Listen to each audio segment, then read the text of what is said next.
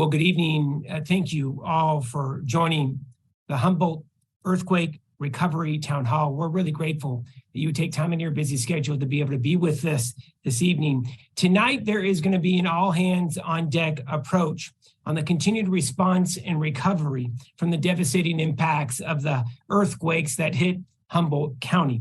From the very beginning, the state, federal, county, and city governments have been working together in lockstep, ensuring all needs are met.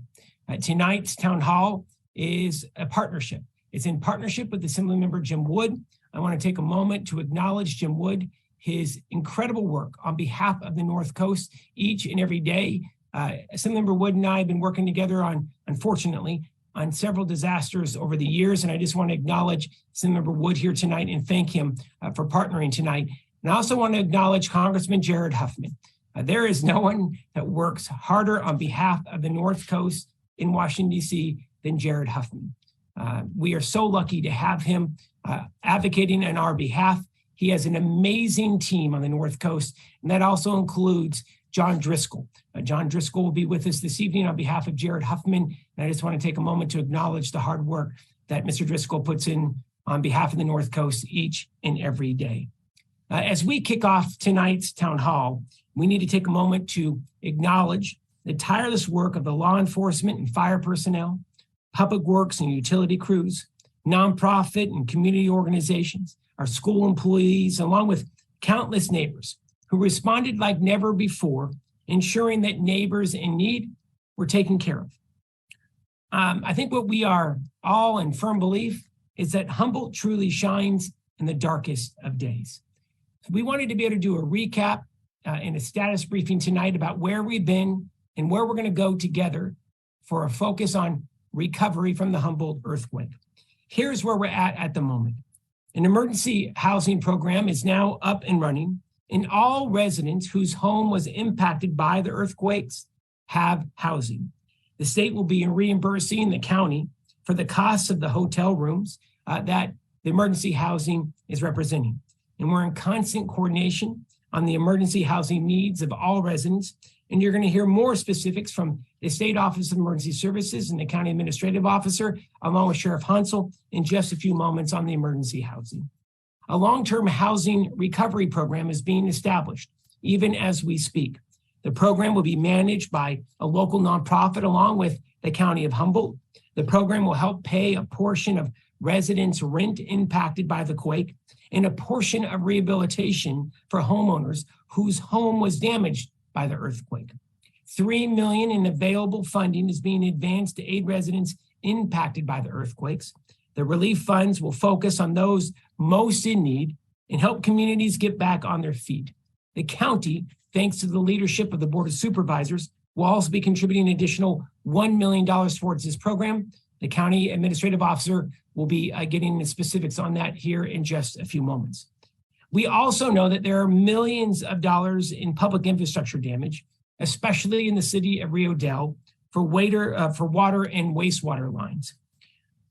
The state is announcing this evening, thanks to the leadership of the State Office of Emergency Services, the State Water Board, and of course the advocacy of Assemblymember Jim Wood, the state is announcing that over $12 million will be invested with the city of Rio Dell to replace and repair their water system. This is, again, a partnership with the State Water Board and the State Office of Emergency Services. Those funds will be invested here in the months and years to come. It's a long-term repair and rebuild project, but we couldn't be more excited to be able to get that project kicked off here in the months ahead of us. Now, local officials and emergency response teams and volunteers have been on the ground since day one, but we know that there's a long road to recovery ahead. And that is why we have all come together, federal, state, county, and city governments and nonprofit organizations to be able to respond to the needs of Humboldt County residents.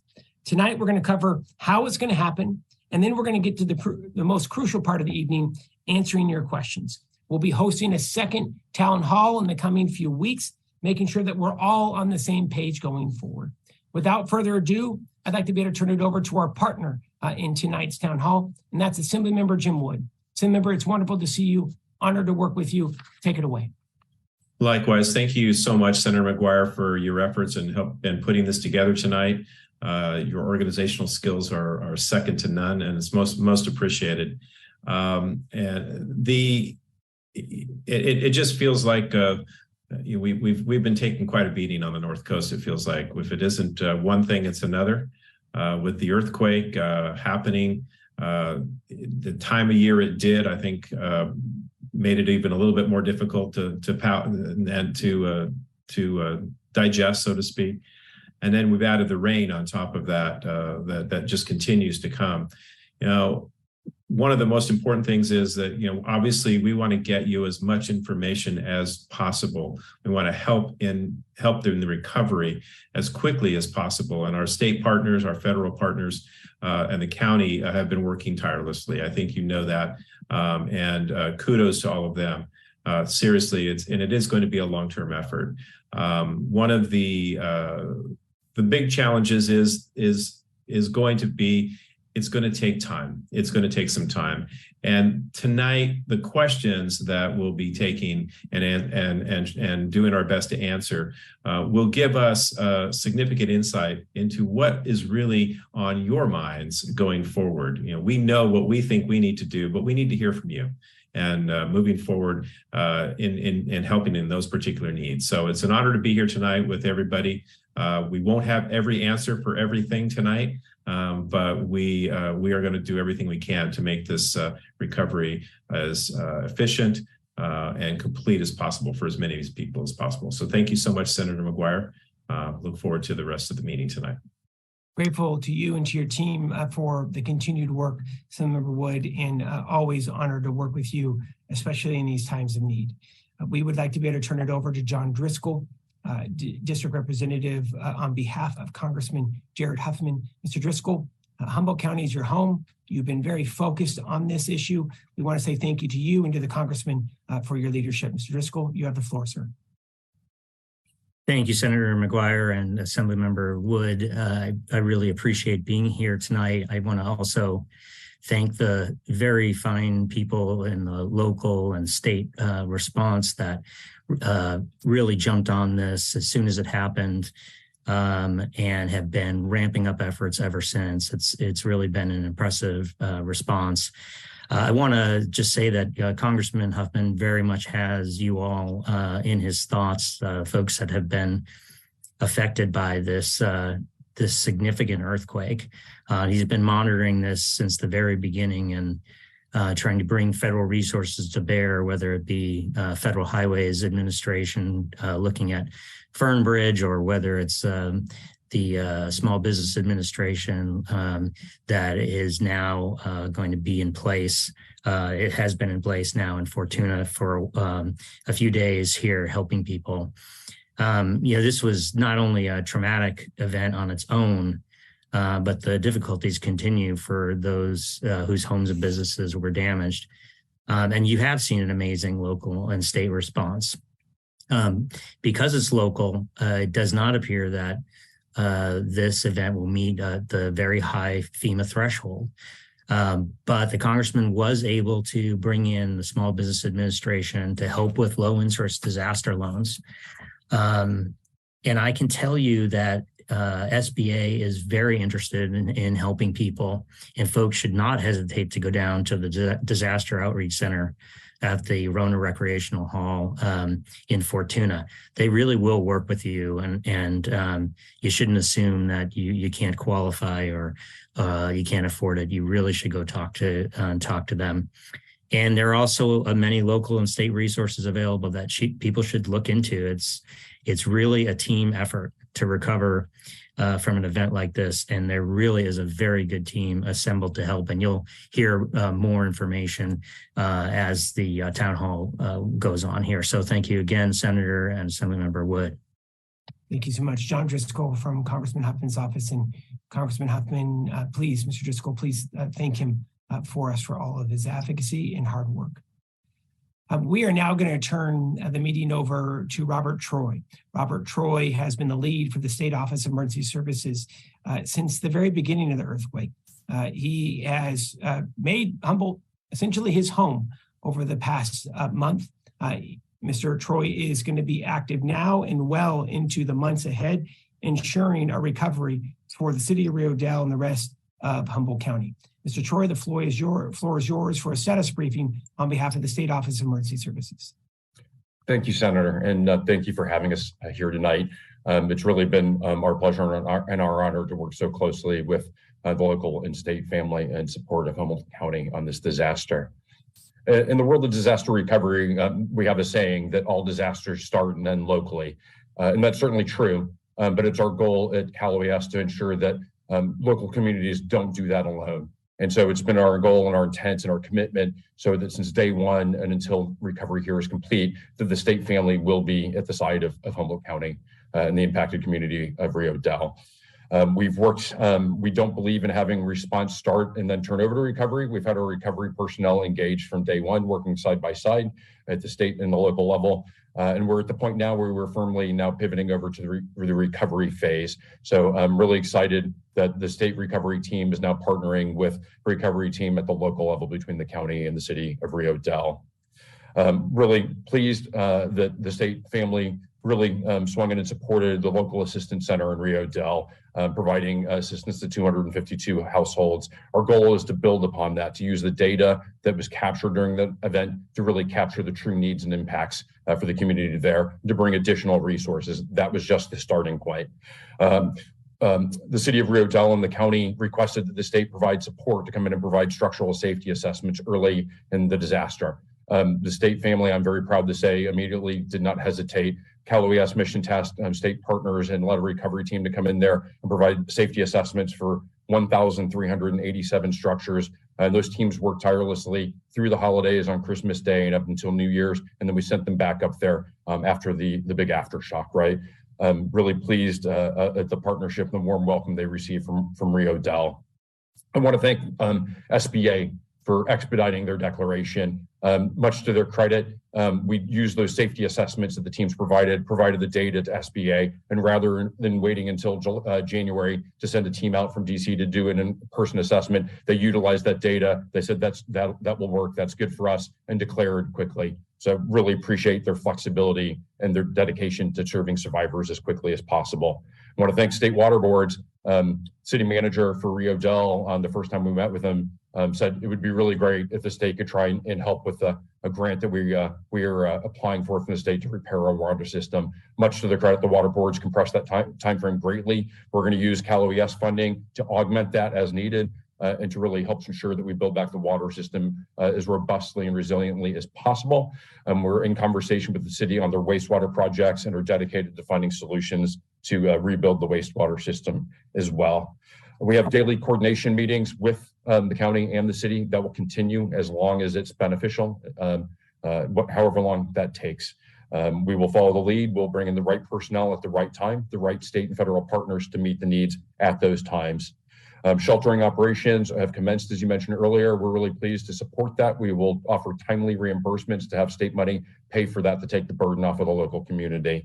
Long story short, full recovery for a community takes time, but it is our absolute commitment to ensure that survivors get back into sheltering, housing, and getting their homes repaired as quickly as possible. We will take every step that we can to compress that time frame as much as possible.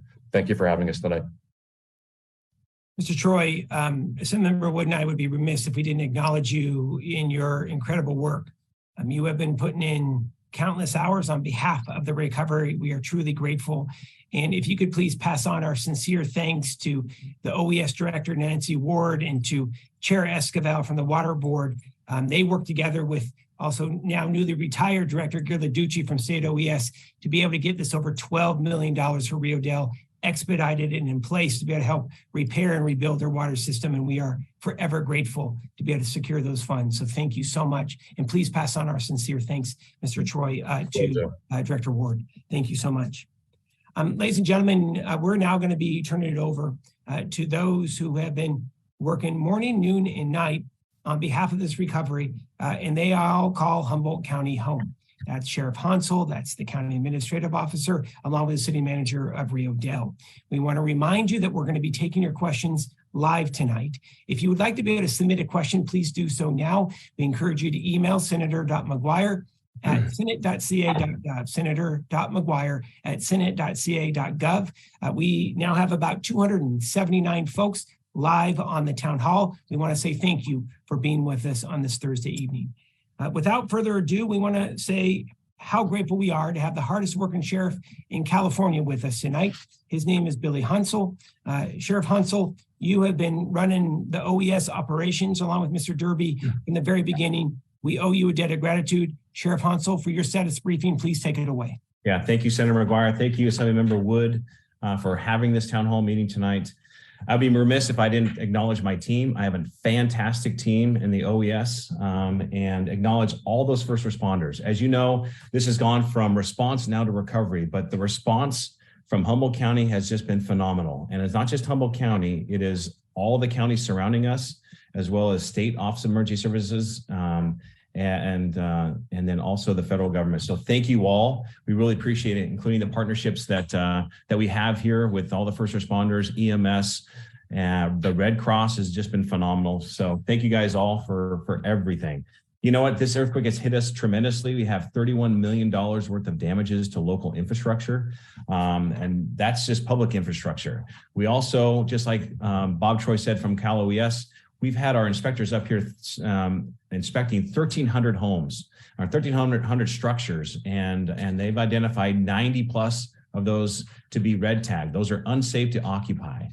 And then we have over 250 houses that have been tagged yellow tagged, which means that there is restricted use, that there's significant damage that needs to be addressed. And so all these people have been displaced. And so we have, thankful for the Red Cross that opened up their emergency shelter. There was 20 people that utilized that emergency shelter. And then also there's 70 households now that are receiving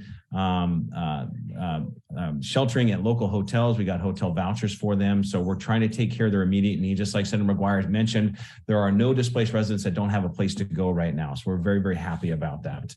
And so now we're going to recovery. Recovery is going to require a long and intense process. We appreciate everyone's help on this. It is going to take time, and we do ask for your patience in this. We have set up a recovery line. It is the familiar number 441-5000. We want everyone that has those immediate needs for temporary sheltering or for also cleanup. So we understand this earthquake has caused significant damage as well as a lot of cleanup efforts. So we actually have crisis cleanup teams that are on scene here in Humboldt County that are willing to assist. So you can please call 441-5000 and register to get your place cleaned up. We can have crisis cleanup team come over and take care of you. We also have also social services tied into our crisis line. You can receive information on local services that can be offered for you. And so we just urge people to call that crisis line to ask for assistance. The recovery officer has, and the recovery team is going to be working with California Office of Emergency Services. I want to thank previous director Gil Arducci and new director Nancy Ward for all their efforts. California Office of Emergency Services had poured into Humboldt County. And just like Bob Troy said, they're not going to leave. And so we have tons of resources here. We're going to be here for the long haul. And that we are going to be here to make sure that people get the assistance that they do need. We want people to stay informed. Part of the information here that we're doing here is making sure that people are directed to the right information. And so the California Office of Emergency Services, the Sheriff's Office has teamed up as also the team there in Rio Del. We want to make sure that all the information is going through the Office of Emergency Services. So go to our website, humboldtsheriff.org, and click on the emergency services button. You will receive all the latest information about responding to this emergency and all the information that's there for response and recovery.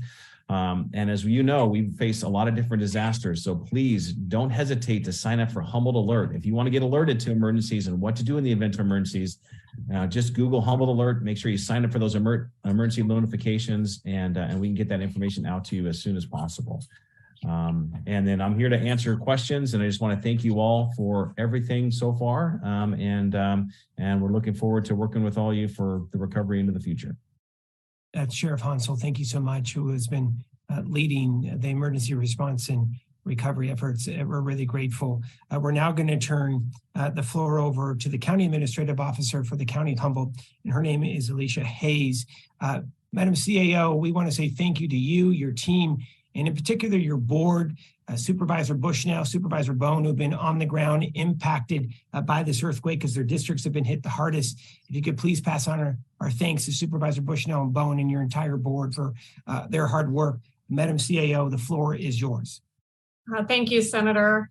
I want to start by thanking you, Senator McGuire, Assemblymember Wood, and Congressman Huffman for having us here today and for the work that you've been doing to help our community recover from the recent earthquakes. Your ongoing partnership, in addition to the support that we've received through the state of California and Robert Troy and his huge team over at Cal OES, has been just monumental. I can't express enough how much you have helped us in this process. All these partners have been crucial to our recovery efforts moving forward.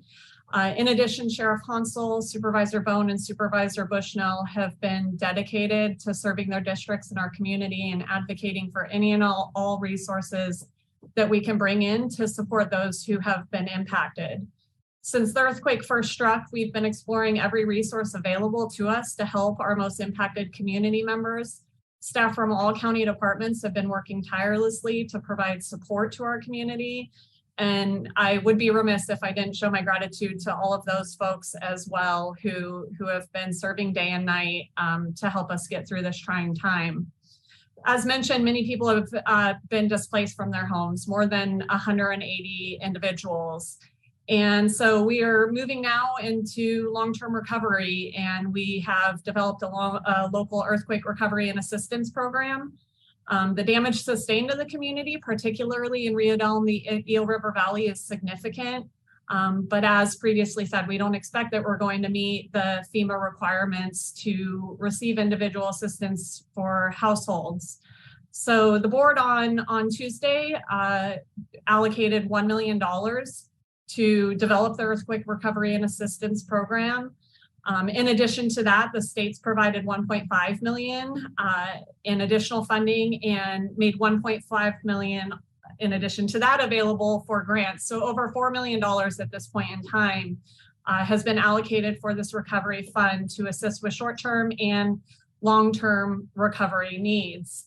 Initially, the short-term needs are focused on getting those folks who have been displaced into a local sheltering environment. So we have partnered with 9 local hotels to provide these needs.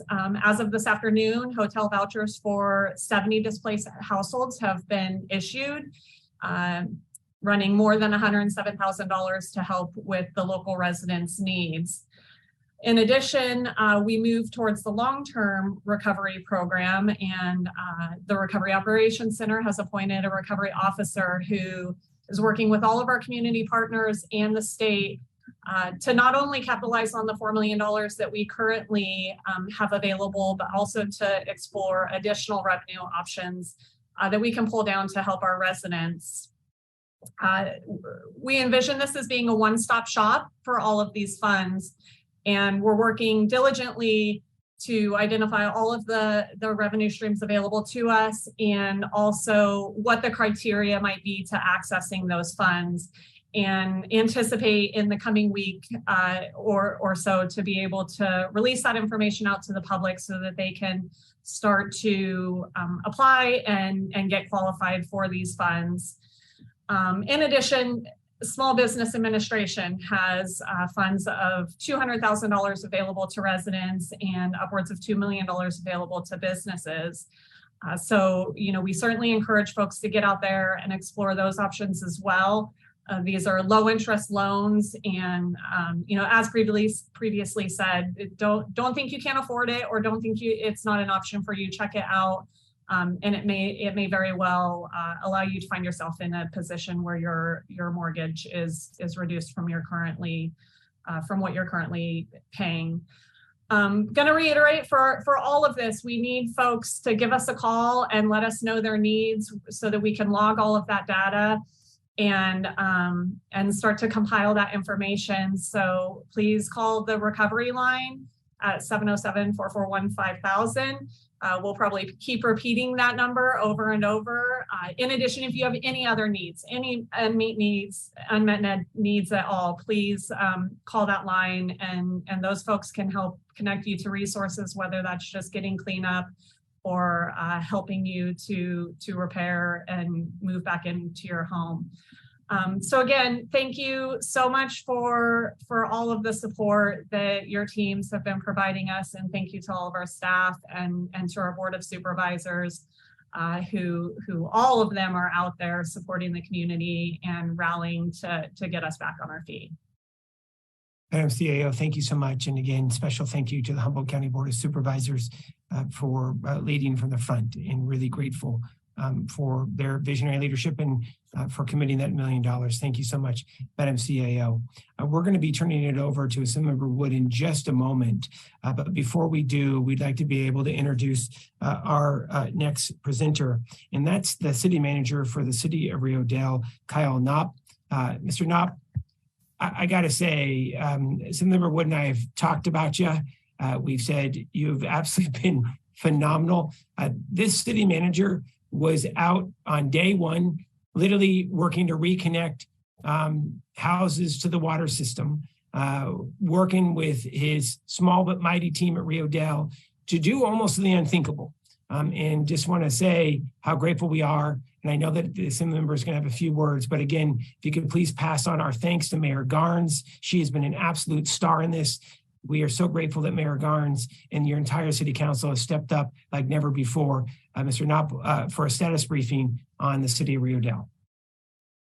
Thank you, Senator. I want to thank the panelists here this evening, and I also want to thank the many guests here watching this town hall, participating in this town hall this evening. These big problems will require a diverse set of solutions, a diverse set of funding solutions that will need to bring a lot of people to the table in order to produce results for the people of the city of Rio Dell. That's why it's great to see so many of you here today, both panelists and the participants, because this is going to be important. Your involvement and continued involvement, including in future town halls, is very vital to this effort.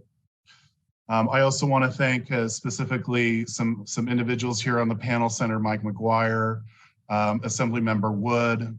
I want to thank Congressman Huffman and John Driscoll, his team member, Robert Troy, Alicia Hayes, Sheriff Hansel. Everybody's been great. And I'm going to tell you that I really feel very supported by the experience that all of these people have in prior disasters, bringing these minds together and solving these difficult problems is tremendous. It's great to have this experience behind us.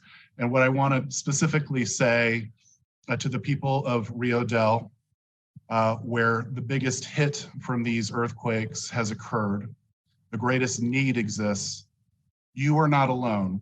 You are supported by a tremendous team here, and it's important that your voice be heard and that it continue to be heard. We're a small community, but we often punch above our weight class in a lot of arenas, and we need to continue to do so. So, a couple pieces of business I want to discuss on permitting.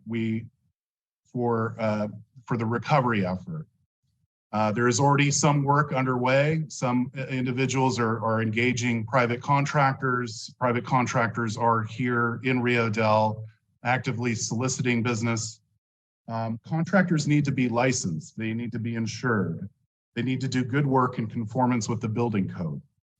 Contractors need to get permits. Why?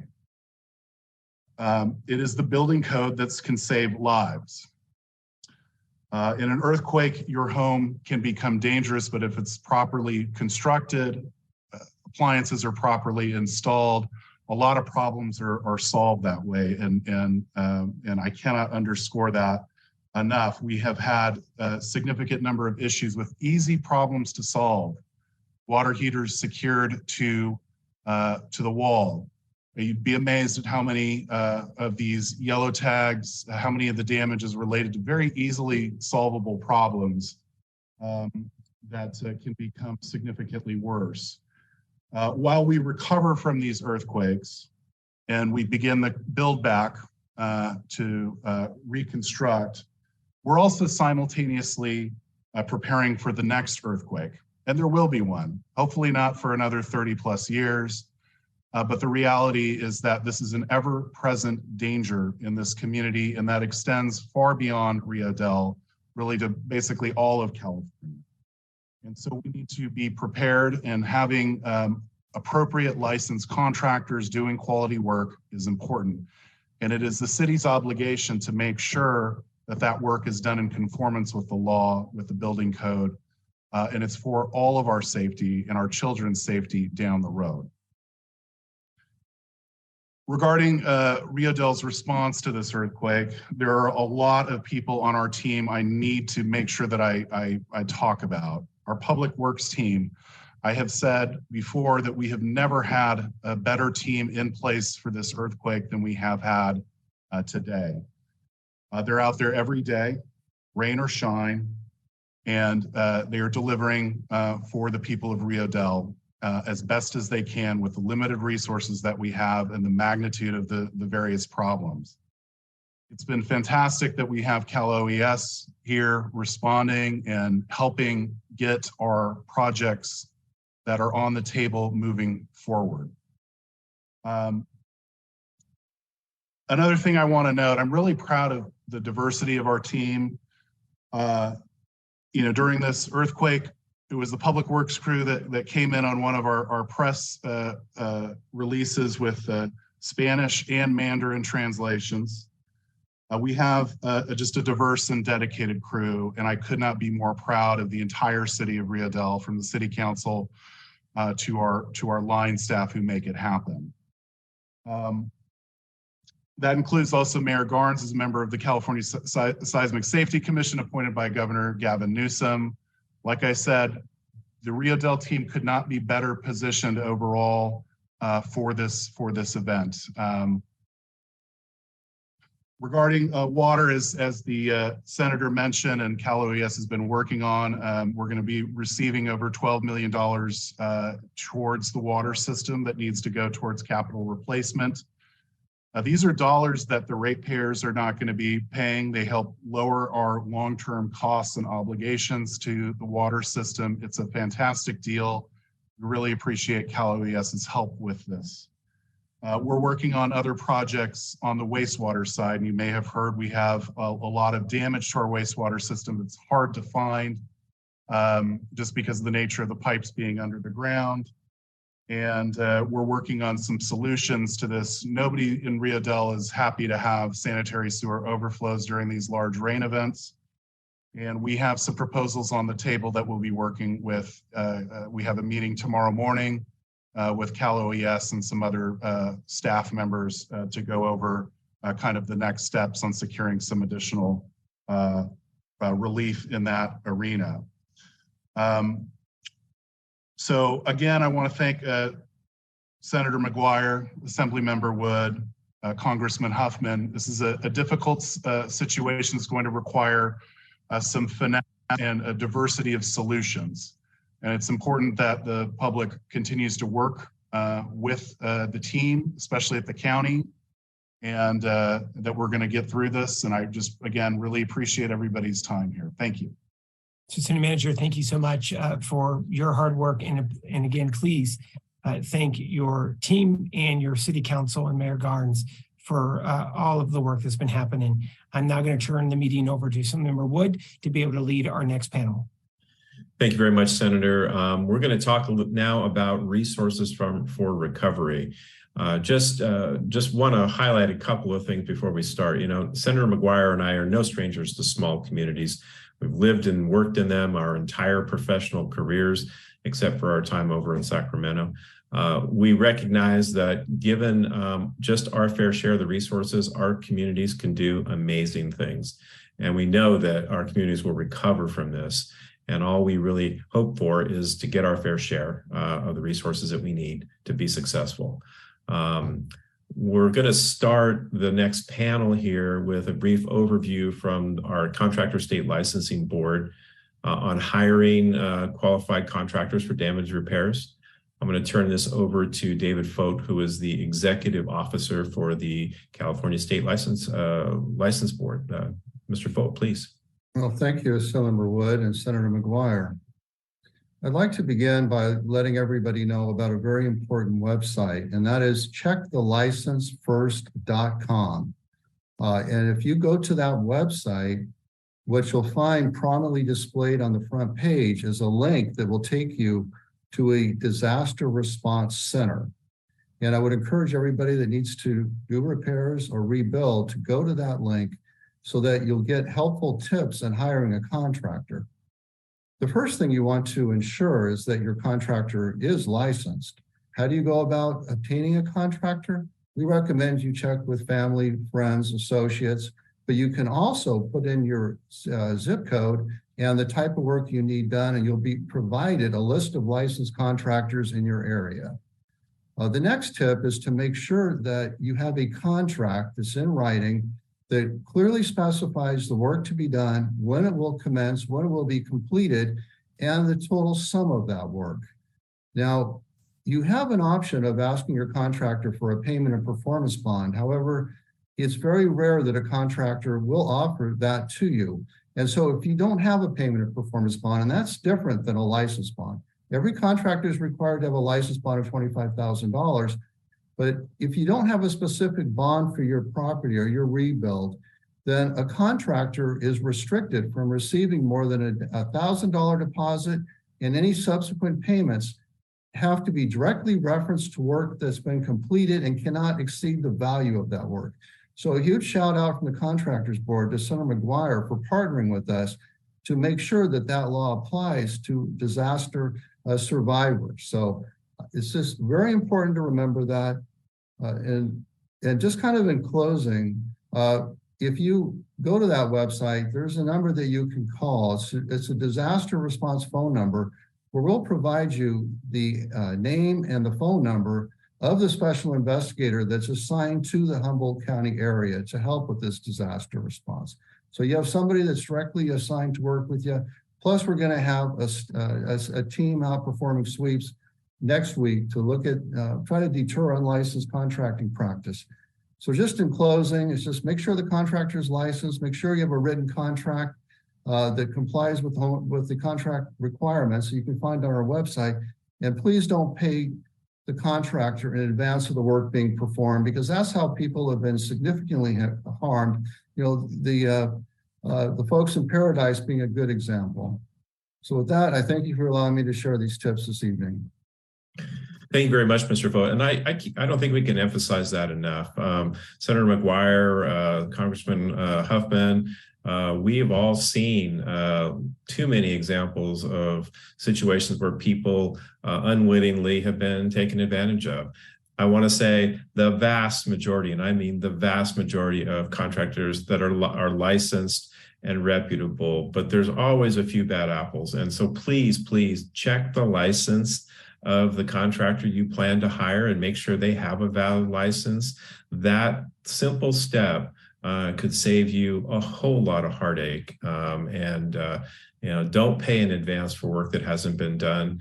You know, reputable contractors are not going to ask you for that. And so please, these are simple steps, but boy, can they make a difference. We just don't want anybody to be taken advantage of out there. So thank you very much for that, Mr. Fote. We really appreciate your expertise and support here. Thank you. We're going to move on next to for a brief overview on from the SBA on low interest loans available to residents and businesses. Ms. Layla Roberts, the Executive Director of the North Coast Small Business SBDC. I'm sorry. Please go ahead and take it away. Thank you so much. Thank you, Assemblymember Wood, and thank you, Senator McGuire, so much. So I represent the North Coast Small Business Development Center, And in our circle of care are almost every single business owner in our community, from the largest brick and mortar to the survival entrepreneurs working informally.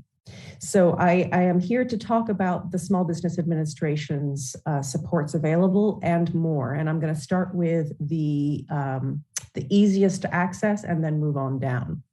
So here's what I want you to know. First and foremost, I created a little short link so that you don't have to remember anything that I'm saying.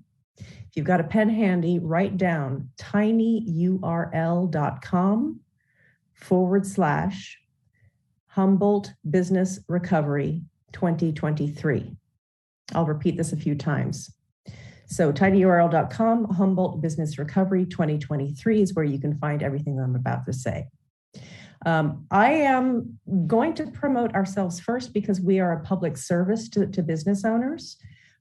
Please get in touch with us at northcoastsbdc.org so we can help you take stock of the impact of the damage to your business and to your economic future. Let us give you advice on how to recover and how to plan for future disasters. Let us help you run the numbers so that you can decide what financial resources you want to access and what is going to allow you to stay in business. We want you to keep your margins. We want you to keep the doors open, but we don't want you to lose your shirts. I also want to invite you all to a webinar that we're hosting next Thursday at 5:30 p.m., where we're going to go into more depth on how to apply, where to get resources, what new stuff has cropped up, and so on.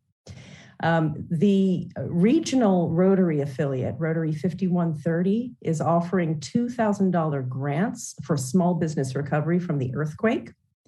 And the application form is super simple. So take a look at that first. Always start with free money if you can. And that is not as common as it used to be during the pandemic. It is extraordinary how fast and how generously Vocality Community Credit Union responded. That's V as in Victor, OCALITY. They are a community credit union out of Southern Humboldt serving a large area. And they're making available 0% interest 12-month loans that are being financed by credit unions across the country, but also by the Humboldt Area Foundation and Redwood Region Economic Development Commission. I'm mentioning this because those are the players that we might also be going back to if we find that we are leaving some of you business owners in the dust. If your gaps are not being met, we will go back to the folks with dollars and see if we can't make more kinds of funding available. But thank you so much to Vocality for stepping up immediately. And then finally, and perhaps most important, the really big source of assistance is from the Small Business Administration. I am thrilled that my counterpart, Cynthia Cowell, is also on this call to answer your questions. Here's what I want you to know, because there's a lot of detail behind this that we can help you work through. Number one, if you are a homeowner, there is help available for you. If you are a renter, there's help available for you. And the same is true for business owners and nonprofits. We've gotten all of these questions. The kind of assistance available are very low interest, especially for these days, long-term disaster response loans. You're going to get money potentially to repair physical damage, to replace equipment and inventory that was lost or damaged, obviously to take care of repairs to your home or to your personal property if you're a renter. But also, now, so for this first set, physical damage, you need to apply by March 6th. For economic injury, for lost income, for working capital that you need to be able to keep your doors open, you have until October 4th. And the SBA disaster loan response is open because we're still having aftershocks, right? It's going to remain open for the foreseeable future. A lot of people have told me that they are hesitant to consider applying for yet another loan. Here's what I want you to know.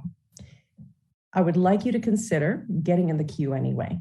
Get yourself in the line. You don't have to accept the debt if you decide you don't want to, but at the very least, you will include it in your list of options for your long-term business recovery. Just very quickly, a couple of things that you may not realize. If you have a business that has been damaged, you can apply for Humboldt property tax relief.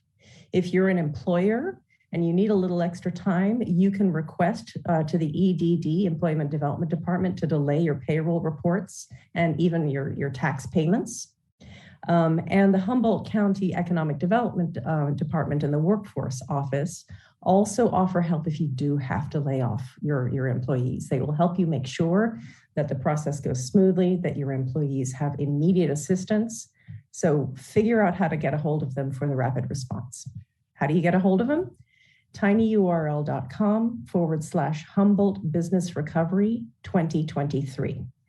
So last thing I'm going to say is we are one tiny agency in a massive collection of community organizations that have gone together. Since they haven't been mentioned yet, I want to say thank you. And I am so proud and so grateful for community organizations active in disaster. If you have not heard of COAD yet, pay attention. They have done extraordinary work on the ground, including Humboldt Area Foundation, Rotary, of course, Humboldt MAID, and the Community Economic Resilience Consortium.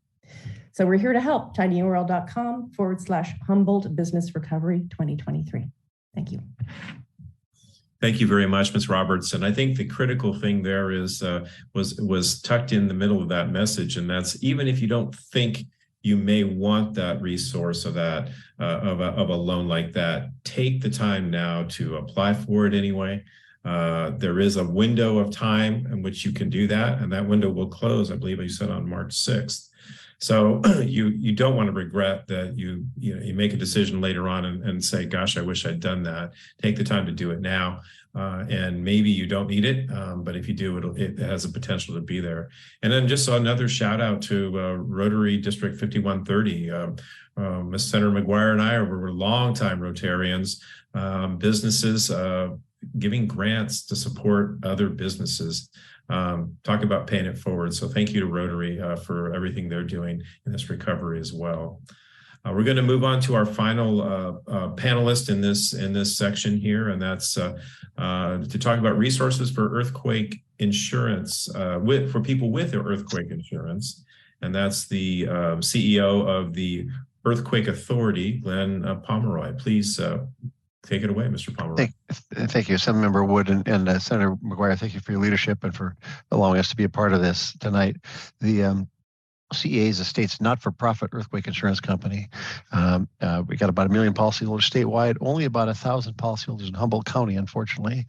But we do have policyholders there. We're located down in Sacramento, but I had a chance to meet some policyholders. I spent 2 days in the local assistance center at Rio Dell in the last 2 days in December. Visited with a lot of folks who didn't have earthquake insurance. My heart goes out to people who suffered loss, and now I'm working hard to try to figure out how to deal with that. I was also terribly impressed with the attitude of resilience that I saw there, and want to do everything we can to help the situation. Talked to some policyholders. We had some good questions, and for those who do have earthquake insurance, if there's somebody out there, make sure you call your agent. Go ahead and put in a claim and have someone come out and take a look. There may be more benefit in that policy than you think. For example, in a CEA policy, there's $1,500 worth of emergency repair work just right there available. It doesn't have a deductible or anything like that. So if you got some emergency work that needs to get done, you've got that. There's money to live elsewhere, additional living expense coverage, which also has no deductible in that insurance policy. And then you might have a claim that ought to be looked at too to see if the policy can help. So call your agent, have somebody come out, take a look at it. If you have any questions in terms of how to deal with that, call our office.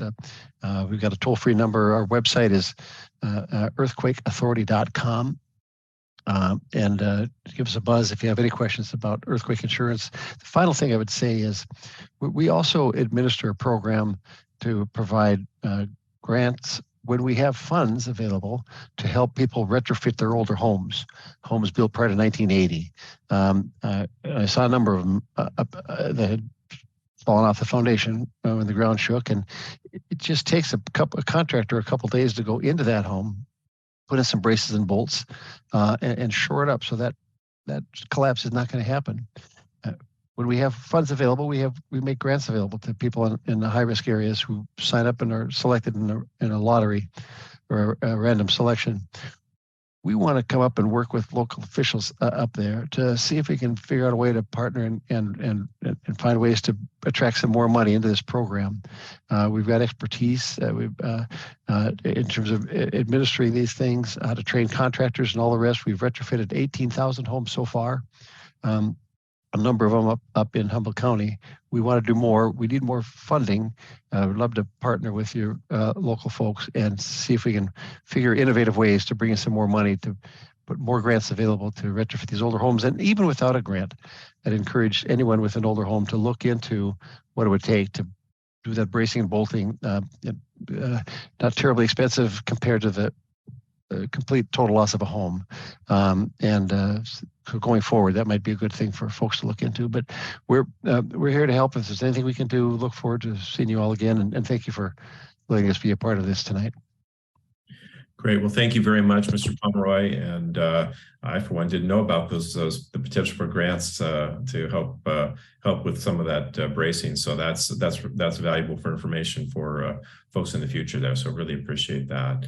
I'm going to turn this back to Senator McGuire. We're going to move into the question and answer period here, I think, and we'll turn it back to him to get us started. Absolutely. Thank you so much, Assemblymember Wood. Thank you to our panelists. We want to remind you that we're taking live questions this evening. If you'd like to be able to submit your question, your comment, please do so now. Senator.mcguire@senate.ca.gov. We're taking your questions live this evening for the Humboldt Earthquake Recovery Town Hall at senator.mcguire@senate.ca.gov. I want to go to Ms. Roberts. Ms. Roberts, I know that you wanted to have one more mention, and we'll get straight to comments, but this is really important, Ms. Roberts, and we'll get straight to questions. As soon as Ms. Roberts is done with her announcement, Assemblymember Wood, take it away on those questions. Ms. Roberts, please, the floor is yours if you can unmute yourself.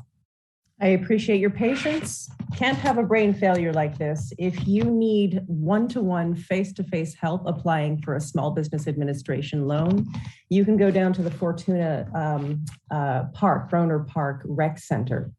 And Cynthia and her team are there from 8 a.m. to 4:30 p.m., Monday through Friday, except Dr. Martin Luther King Day, from this past Monday until January 27th. I really think it would be a great idea for you to sit face-to-face with someone for that application, because you'll get your questions answered by someone who's expert in the process. Thank you, Senator. Thank you so much, Ms. Roberts. I'm sorry, Assemblymember. No, not at all, not at all. So I took you at your word. You said to go for it, so I was on it. So anyway, I'm going to do the first question. I think we're going to alternate back and forth as I understand it. So this one is kind of an important one, and a lot of great questions tonight here as they're coming in. But this question to our city manager, Mr. Knopp. Is the water safe to drink in Rio Dell area again? I know we got the green light after the first earthquake. Well, we have been a little wary since the second. This is Mr. Derek Solon who had that question. Thank you, Derek. That's a great question. After the 1220 event, within the first few hours, the entire system was depressurized, which is a very rare event, maybe even unprecedented for Rio Dell. When that happens, there are some procedures that we have to go through to guarantee that the water that you do have is safe. And so there's a testing regime that we have to go through. So 2 series of tests. The first one came back good, but we wanted to do a second one just to make sure. So with the aftershock on New Year's Day, there was no system-wide depressurization. That earthquake, for whatever reason, had less of an impact on the water distribution system. So there was never a second depressurization requiring the testing procedures to make sure that your drinking water is safe. So if that answers the question, the water is absolutely safe to drink. Thank you for the question, Derek.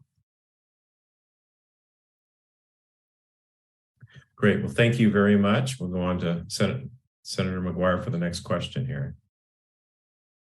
Thank you so much, Assemblymember Wood. And again, we're taking your questions live tonight, senator.mcguire@senate.ca.gov.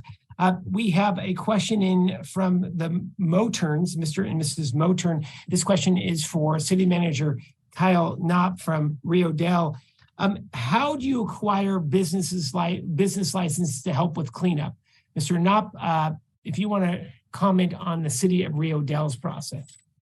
So business licenses for cleanup operations. First of all, I want to encourage people to go to crisiscleanup.org. There is a volunteer organization and system set up to make requests for assistance with cleanup. So there's that.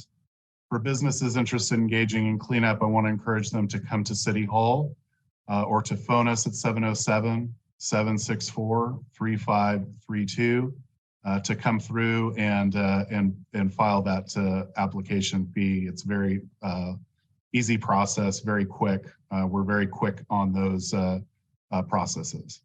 That's Kyle Knopp, City Manager for the City of Rio Dell. We're now going to go to the California Earthquake Authority. Glenn, this is coming in for you. Gina writes in, are there any programs that might help with strengthening house foundations in preparation for the next big one? Glenn, what folks are tuning in and out tonight. Sure. If you could just repeat, how can folks get a hold of you about those potential $3,000 grant? Okay, great. Yeah, it's called the Earthquake Brace and Bolt Program. There's a website, earthquakebracebolt.com. $3,000 grants available for when funds are available. And so right now it'll be the process of looking for some additional funding. FEMA has been terrific in supporting this program with grants from time to time. We'll be looking for additional FEMA funding to put into the program so we can create the opportunity for more grants. We don't have at this moment that funding available, so it's a matter of going out and scratching and clawing for it. But once funds are available, we make the availability of it, bring the awareness to people in the eligible zip codes. They sign up. There's a lottery.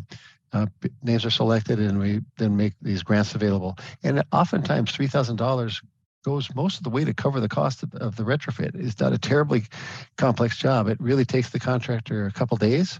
They don't have to come inside the house, so it's it's not very intrusive.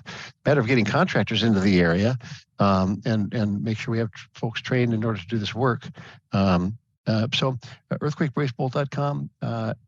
We're going to be up in the area looking to meet with local officials to see if we can find ways to identify additional funding sources to bring to this program. We'd love to bring more grants up into that up into your neck of the woods. Thank you so much, Glenn. Glenn with the California Earthquake Authority, the CEO.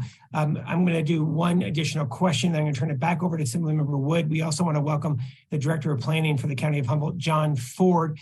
He will be here. We have some specific questions on permits that are coming in. Mr. Ford, we want to say good evening. We'll get over to Mr. Ford in just a few moments.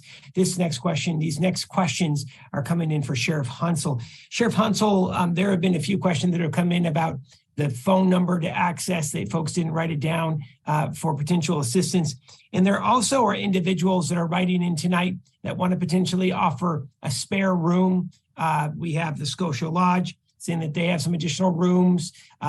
What is the number one, for folks who have been homeowners or renters impacted by the earthquake? If you could give out the hotline. And then for individuals that may want to be able to provide their home, spare room, or potentially lodging for individuals impacted by the earthquake, what number should they call? Sheriff Hansel. Thank you, Senator McGuire. So the number to call if you need assistance is area code 707-441-5000. 707-441-5000. That's the number that you can call to get assistance with disaster recovery, for information about social services, housing, if you're displaced, as well as disaster cleanup.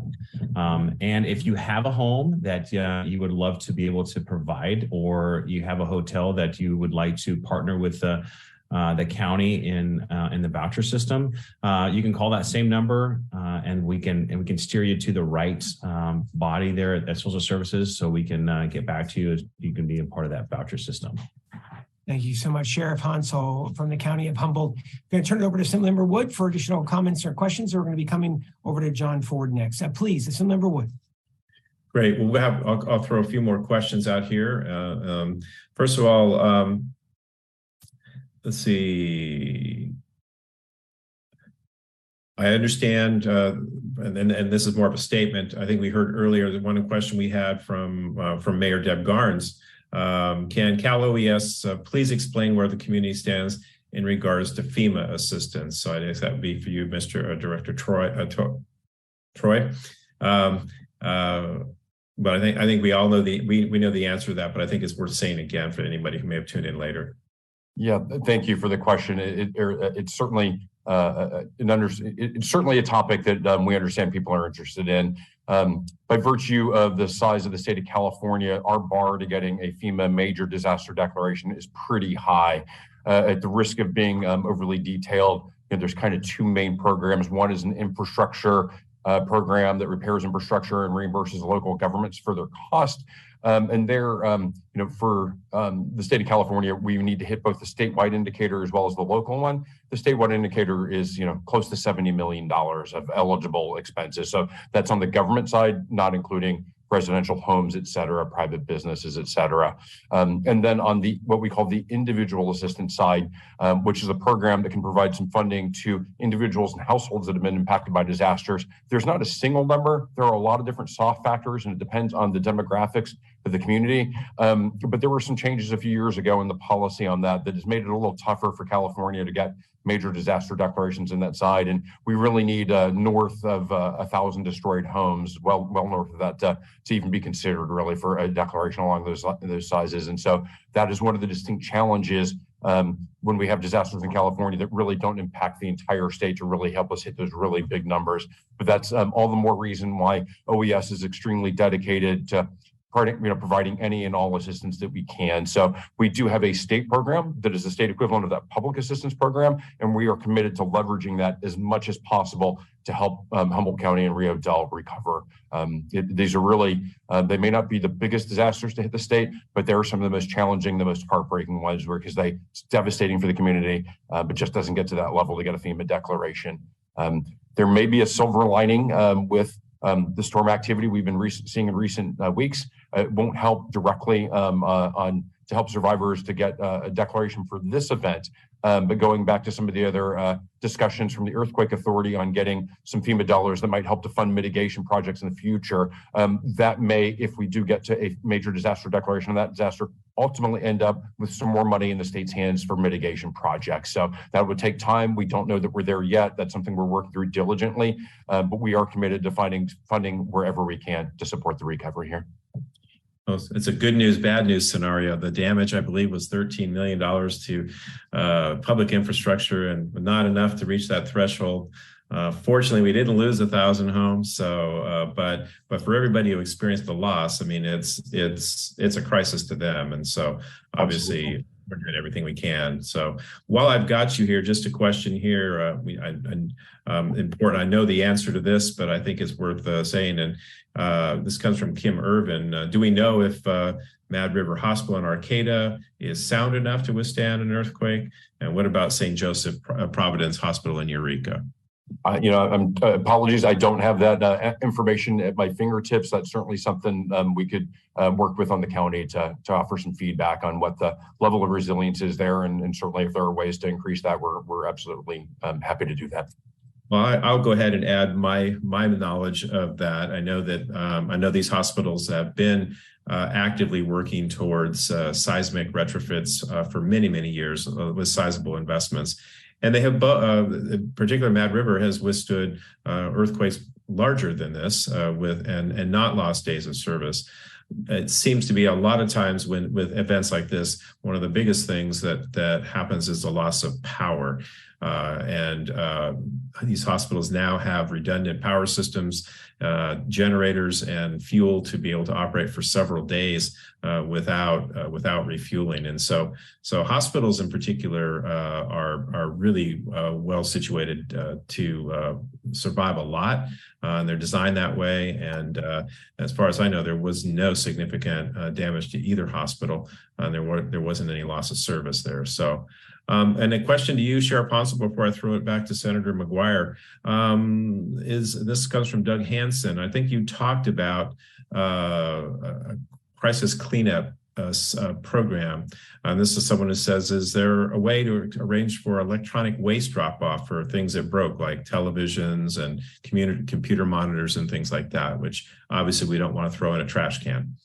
No, I think it covers a lot of that stuff, but we also have our own dump services, Humboldt Recology, those things, and they do take electronics there as well. There's also designated dump days. I know Caltrans also does this, where they have free dump days on occasion. So just pay attention, call the line, schedule a time for them to come over, and they'll be able to either pick up the stuff or direct you to where the stuff can be dropped off. But I'm pretty sure they're going to pick up everything that you have there, so it gets properly disposed of. Great. Thanks so much, Sheriff. I'm going to turn it back to you, Senator McGuire. Thank you so much, Assemblymember Wood. We are taking your questions, your comments on all issues of resources and programs and permitting, all related to the recovery from the Humboldt earthquakes. We welcome you this evening. You have every individual who is from the City of Rio Dell, from state agencies, from the County of Humboldt, from the State Office of Emergency Services to the County Office of Emergency Services, the Sheriff's Office here, available to answer your questions on recovery and response to the earthquake. Send in your questions now, senator.mcguire@senate.ca.gov. We want to welcome the Director of Planning and Building for the County of Humboldt, John Ford, who's joined us. We're going to go to both the Director for Planning and Building, John Ford, and to the City Manager, Kyle Knopp. Some of these questions are coming in for the county, but most likely there are folks listening in the city that will relate to this and vice versa. So let's get going right now. Mira writes in the city, from the City of Rio Dell, my home is now yellow tagged. Is there a way to get my permits expedited with the city above everyone else? So, Mr. City Manager, I know that you have made those who've been victims of the earthquake priority. Talk about a potential expedited program for building permits for earthquake survivors. And we'll go to John Ford. So absolutely, we will be prioritizing all recovery processes to the maximum. My advice is to, as soon as possible, contact City Hall during working hours and do so at 707-764-3532. And if we aren't able to get to you that day, we will be able to respond shortly thereafter. And it absolutely is our top priority. We recognize that we've had the Caltrans crew, this great state crew that Cal OES organized, in tagging buildings, red tags, yellow tags, so on and so forth. The reality is that list is dynamic as people work on their properties and fix things, get things done.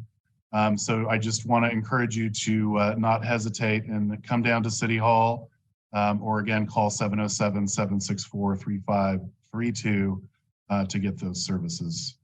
City Manager for the City of Rio Dell, Kyle Knopp, thank you. Let's go to the Director of Planning and Building for the County of Humboldt about expedited permitting, Mr. John Ford. Good evening.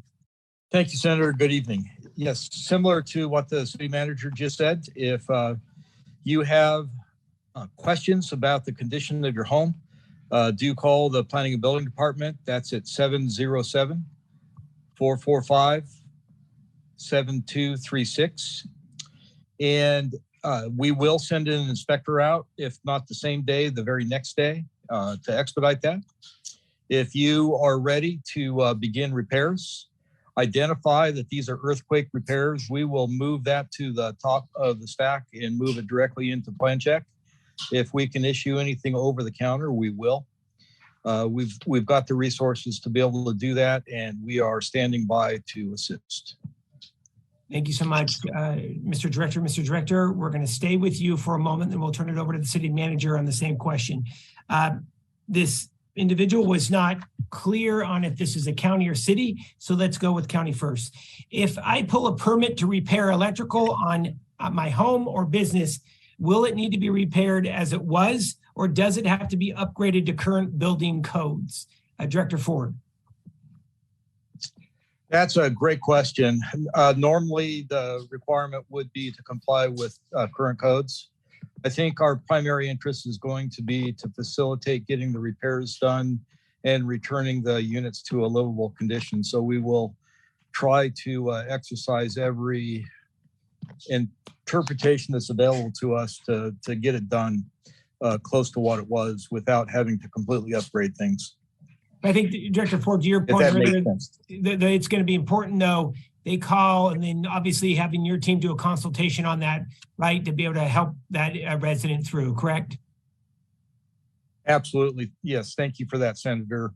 It really is a matter of communication and understanding what needs to be done and being able to work with the homeowner, work with the homeowner's contractor to design a repair program that will achieve the results needed. We're going to stick on the planning side of the questions here. In wanting about, we have another about inspections. How do we get another inspection done on the inside of the house when the damage has been done on the outside? The inspectors inspected the outside but didn't come inside. So why don't we keep with the director about in the unincorporated area? Then we're going to go to Kyle Knopp in the city of Rio Dell. So for interior inspections, Director Ford. Simply call and ask for an earthquake inspection on the inside of the house. We will try to get out that same day or the next day. And we will go inside the house with the homeowner and inspect the inside. And Director Ford, can you give out the number one more time, sir? Yeah, absolutely. Thank you, Senator. It's 707-445-7236. 707-445-7236. If you live in the unincorporated area and have damage to your home, we want to go to the city of Rio Dell, Mr. City Manager, to get interior inspections within Rio Dell. So I have a similar response to get in touch with the city. When the crew has come through, the building inspectors, they're really doing initial surface level investigation. For some of the more complicated issues, people will have to be looking at structural engineers or any other specialty item. Each situation is unique and different, and so you need to contact the city to get to those consultations to find out exactly what the need is, and to get people in to take a look at what is going on. And if City of Rio Dell staff is limited, but if we need to call in additional assistance, we will be doing so. But the most important part is data, calling in and requesting those interior inspections so we can get the appropriate resources dedicated to that. So thank you. Mr. City Manager, one more time, can you please give out the number that folks should call, and then we're going to turn it over to Assemblymember Wood. Yeah, so City Hall can be reached at 707-764-3532. Thank you. Assemblyman. Great. Well, thank you very much. Let me see here. I'm looking down. My apologies. I've had a couple of questions in particular about renters. So resources for renters who have had damage. And it's a great question. I know that there are lots of renters out there. So does anybody have on our panel have any thoughts about where the best resources for people who have lost in a rental? And I'm not sure even if, I don't know if Mr. Pomeroy or knows, if you're I'm not aware of renters insurance for earthquakes. So there is, Assembly Member. Thank you for the question. Yes, there is. If someone rents and they have a renter's insurance policy for their stuff, and that company is a member of is participating in the CEA, they can buy a earthquake renter's policy from us. And if anyone is renting and would like to look into this, I do encourage you to do that, because renter's earthquake insurance is pretty inexpensive. So again, go to earthquakeauthority.com. The little calculator there lets you see how much it would cost depending on how much you want to insure. So yes, going forward, if someone rents and would like to protect their stuff with financially, definitely look into earthquake insurance, because it is available. Okay, well that's helpful. That's helpful going forward, but it's probably a challenge in the current status right now. So I see we have a hand up, please, Ms. Cynthia Coble. Okay, this is Cynthia from SBA. I just wanted to let you know that both homeowners and renters are eligible for up to $40,000 to repair or replace their damaged personal property. That's anything they would take with them when they move away. And you can do that. You can come into the Disaster Recovery Center, or you can call our customer service line at 800-659-2955 if you have any questions at all about the SBA disaster loan program. And a kind of a follow-up to that was a question about mobile homeowners. They may own their mobile home, but they don't own the land that the home is on. And so is that SBA funding potentially available for them, or where are resources? Imagine owning a mobile home, having the home damaged, or worse yet, having the infrastructure that you're renting damaged. And so there's a bit of a conundrum there. I mean, how you could even protect yourself in the future for that. And maybe Mr. Pomeroy can even, going forward on that, comment on that. But what about resources for mobile homeowners?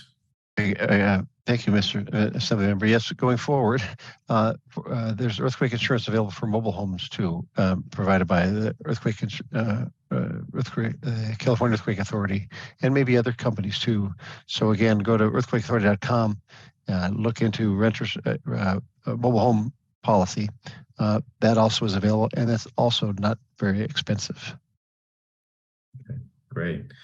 Interesting question. And while we've got you, Mr. Pomeroy, there's a gentleman who had about an estimated damage of about $10,000 because of the earthquake and then rain and wind. He has an earthquake insurance policy, but the deductible is 10% of the appraised value of his home.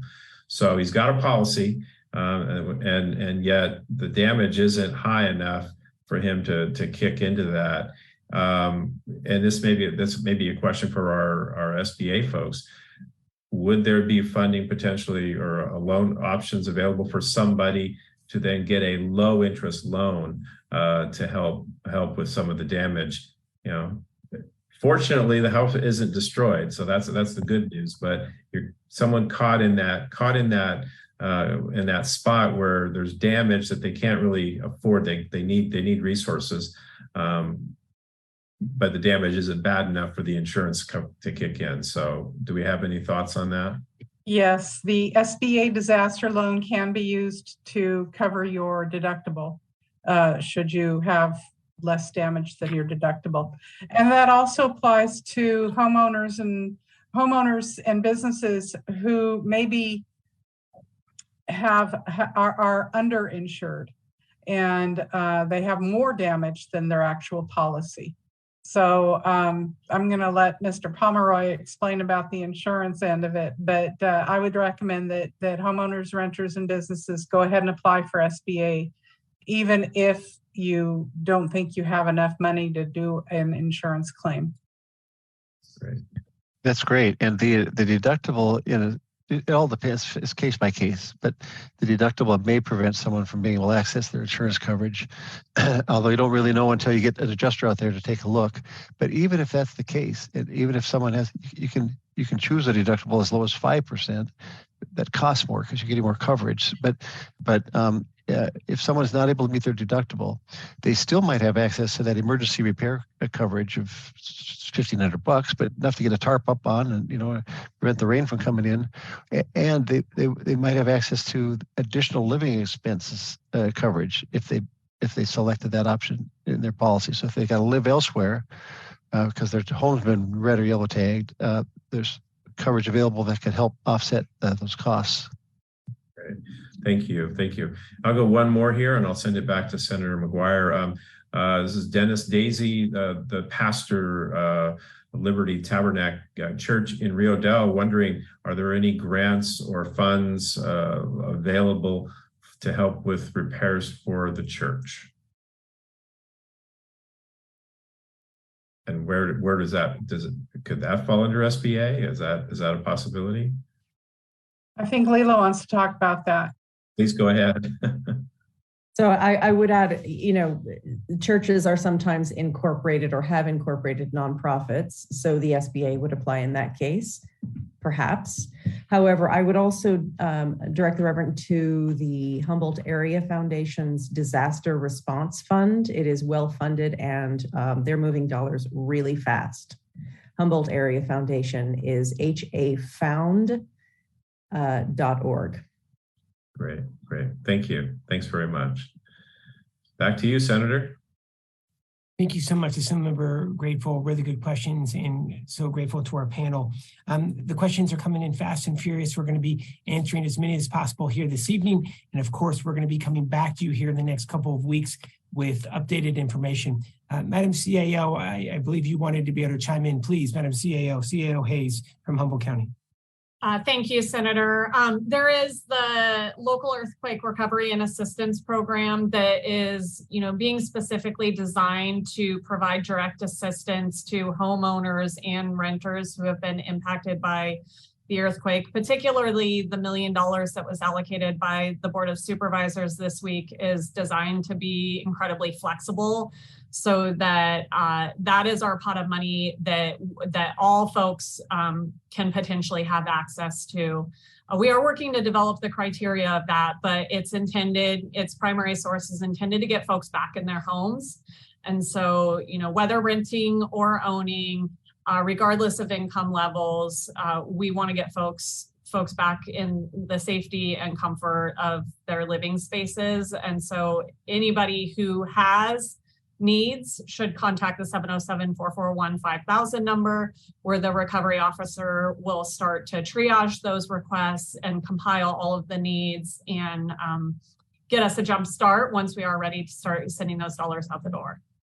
100%. Madam CEO, we're going to stick with you. Janice writes in, what funds are coming into Humboldt for earthquake victims and how will they be spent? Denise, this is going to be one of the focuses of our next town hall. So I'm going to break down the state funds, and then Madam CAO, I'm going to have you break down the local funds. And then in our next town hall, Madam CAO will have an update about how to apply as well as eligibility. So for the first $1.5 million programmatic dollars that are going to be coming in, the first $1.5 million from the state will be coming in from housing and community development. Those dollars will need to be run through the County of Humboldt because those are actual state general fund dollars. They will have income eligibility requirements. Those funds can go for homeowners in rehab. The specifics will be announced at our next town hall, but we're working fast and furious with Housing and Community Development, the County Administrative Officer, the Board of Supervisors, as well as their recovery team and state OES on the program that you will be able to apply to. The second $1.5 million that's coming in from the state, it's through our philanthropic department at the State Office of Emergency Services. The state is working with private entities throughout the state to be able to provide flexible dollars into Humboldt County with a nonprofit. Those dollars are incredibly flexible. Those could be used, for example, for rental assistance. They could be used for rehab of housing, and will be much more flexible than that first $1.5 million that I talked about that are programmatic, that are actually coming from the state general fund. Again, we will have full details on how to apply for the county's $1 million, the programmatic dollars directly from the state general fund, and the $1.5 million that's coming from philanthropic sources through the state into a local nonprofit at our next town hall. Madam CAO, there's 3 different pots of funds. I didn't want to confuse it, but wanted to break it down. Any other items that you'd like to be able to discuss on those 3 pots or funds, please? Senator, I think you covered it well. I would just say to provide some level of assurance to the community, my goal with these dollars is to make it as simple as possible and as quick as possible. Working in a government, that is sometimes difficult, so want to set realistic expectations, but I am absolutely looking at every avenue where I can cut out the middle folks so that we can create the clearest and easiest path of travel to get these dollars into folks' hands so that they can start doing the repairs that they need to complete.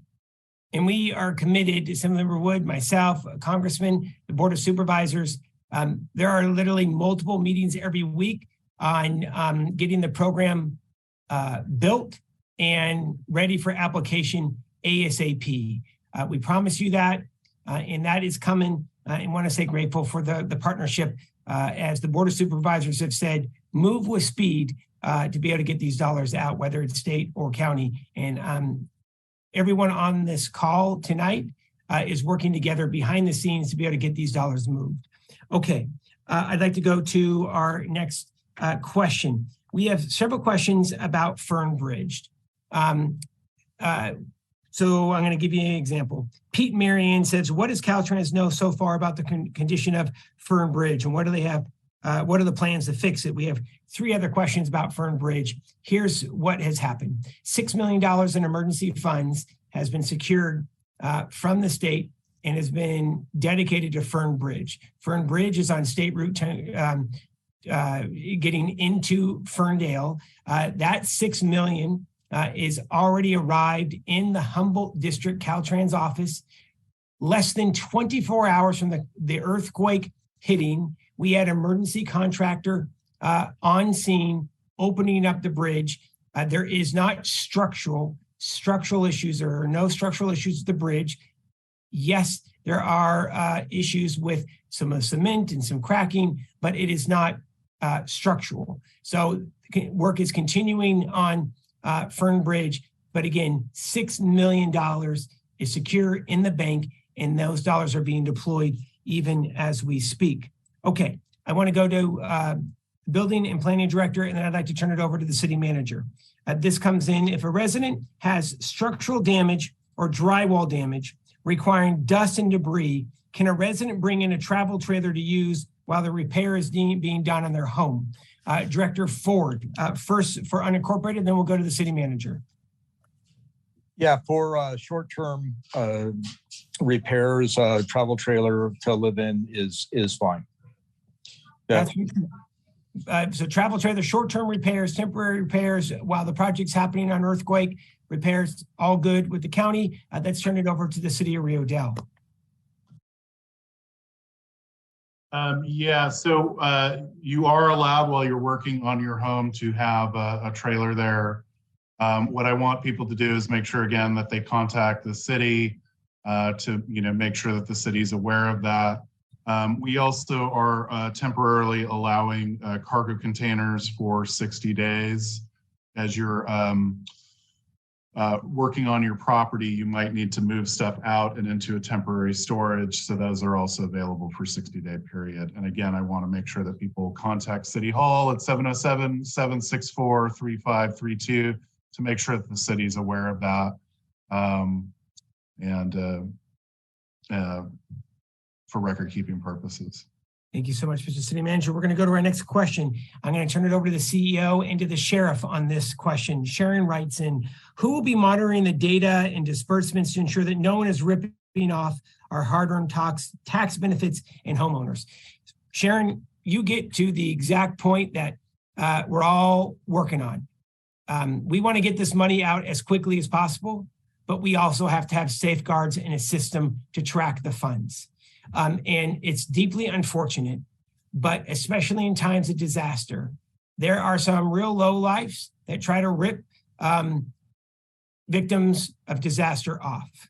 And so we're developing a program that will be run both through the county and through a qualified local nonprofit that will not only track the funds, but ensure that the funds end up in the homeowner's hands and that they're used appropriately.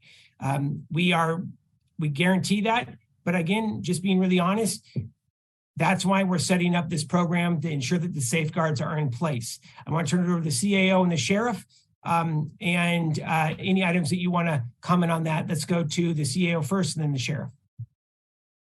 Yeah, that's exactly correct. We will be, helping to vet all of these processes.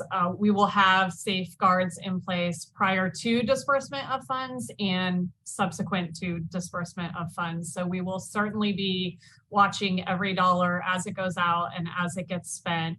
And we'll be doing, reporting out on those allocations as well. And the programmatic dollars that comes from the state general fund, that first $1.5 million that I discussed, there is a reporting mechanism that the county reports back to housing and community development as well. Same thing, state OES, even though there are philanthropic dollars that come through state OES to a qualified nonprofit, state OES requires a tracking of how the funds are spent and who receives the funds. But there are also safeguards in place to make sure that the funds arrive to serve earthquake victims. So that is why it takes a bit longer to be able to get these programs up and running so that we're able to combat fraud. Sheriff Hansel, anything you want to add to that? Then we'll go to Robert Troy on this issue. Just want to reemphasize that people take advantage of people during this time. So if someone needs, assistance, please call that 441-5000 number. We do not want to have people, get fraudulent use of any kind of these funds. Things are going to take time. And so we just want to urge people just to be patient during this time. There will be a process. We'll make sure that the money gets to the most in need. And please do not be taken advantage of. If someone comes in and demands payment, demands money right away, it's probably not the right contractor for you, just like David said before. And we want to make sure that all those contractors are vetted. And if you have any questions whatsoever, please contact Rhea Dell, Planning and Building, John Ford, and we're able to walk you through that process. Thank you. Thank you so much, Sheriff Hansel. Robert Troy, then we'll go back to the CAO. Thank you, Senator. As I mentioned earlier, we have a state public assistance program. We're really fortunate in that most states do not. And that's our goal of really trying to maximize the amount of funding that we can provide directly to the county and the city to enable them to do things like taking that $1 million in general fund to provide direct assistance to survivors. That's really an amazing step on the part of the county. In regards to the philanthropic dollars and managing that, you're spot on. We want to make sure it's done effectively, responsibly. We will certainly support in general, provide all the state support we can to encourage folks to donate in general to recovery in Humboldt, but certainly very specifically when that plan is stood up to direct survivors there to get that additional funding. We're going to do everything we can to encourage private sector philanthropic partners to contribute to that, to get every dollar we can to Humboldt. And there is a point person in state OES working on that. That point person is involved in every Zoom, phone call, and in-person meeting to be able to get this fund stood up. And I want to say thank you again to state OES on that. Thank you so much, Mr. Troy. CAO Hayes, and I have one additional question, and I'll turn it back over to Assemblymember Wood. CAO. Thank you. I'm really glad this subject has come up because I know there's some frustrations with how quickly we're able to move on this. And so on that note, I just want to remind folks that we also have short-term housing options that are available. We're currently issuing vouchers to folks, and we have capacity still open. In addition, we've been having conversations tonight about how folks can use their trailers. And so just today, we started to explore whether or not we could partner with some of our local RV locations so that folks can move their trailer over there. I have a trailer. Personally, I'd rather sleep in my trailer than a hotel room. So anything we can do to help continue to provide folks with their own comfort, we're working towards that. So that very likely will be an option in the coming day or so. Thank you so much. And the last question that I had was coming in from Kelly. For the grants being described for stabilization, repairs, and cleanup, do they require that contractors follow prevailing wage practices? So yes and no, Kelly. So I'm going to talk about the yes first. And again, we're going to describe this at our next town hall. The dollars, the first $1.5 million that we discussed that will be going through the county that are coming from the state general fund, there will be a prevailing wage requirement. No way around that. For the flexible dollars that are coming through the state OES that are philanthropic, that will be coming through a nonprofit, and those won't require a prevailing wage. So it's going to be dependent on the fund that is accessed. And we will be very clear when we get these funds, these programs propped up, ready to go on what will be prevailing wage and what won't be. So we'll be very clear about that, but there will be there will be a few different funds. We'll be very clear what the requirements are on each fund at the front so that homeowners and renters go in with eyes wide open. Mr. Troy, anything you want to add to that? No, Senator, you were spot on. It's all about different funding sources, being flexible where we can, but some of them certainly come with requirements, and we'll manage both of those. Thank you. Yeah, and you'll know, again, folks will know, a contractor will know before accessing, or a homeowner will know what the requirements are. It'll be explicit. Assemblymember Wood, take it away. Great. Thank you, Senator. Obviously, we're getting a lot of questions that are kind of repeats or slightly worded differently about similar themes like renters and so on and so forth. And so we hope we're giving you adequate information in that regard. This was an interesting question, though. We had so a person has a home that's red tagged. They're concerned about liability for future movement that might affect a neighbor.